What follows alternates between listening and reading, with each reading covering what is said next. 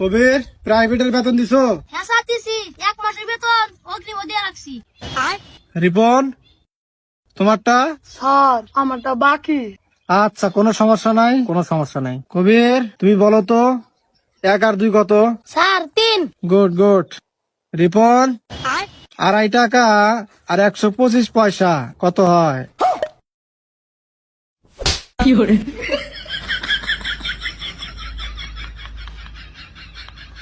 কবির, cat বানাম করো। Ticket. বাহ রিপন, ক্যাটের আরবি শব্দটা বলো। হারামজাদা। কবির, বলো তো বাংলাদেশের বর্তমান সরকারকে? Sir doctor Yunus. বাহ, ব্রিলিয়ান্ট স্টুডেন্ট। রিপন, তুমি বলো তো ডক্টর ইউনুসের নানার নাম কি? স্যার